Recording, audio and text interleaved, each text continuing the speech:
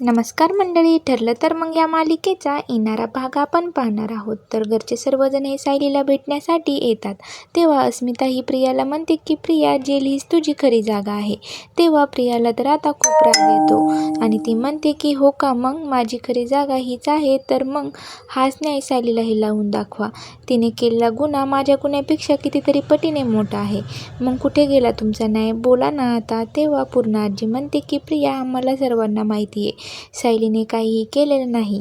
ती निर्दोष आहे आणि आम्ही घरचे सर्वजण हे सायलीच्या पाठीमागे तिची साथ देण्यासाठी उभे आहोत. हे पाहून तर प्रियाला शॉकच बसतो. तेव्हा सायली म्हणते की काय झालं प्रिया? हे सर्व पाहून जळजळ होतीये का तुला?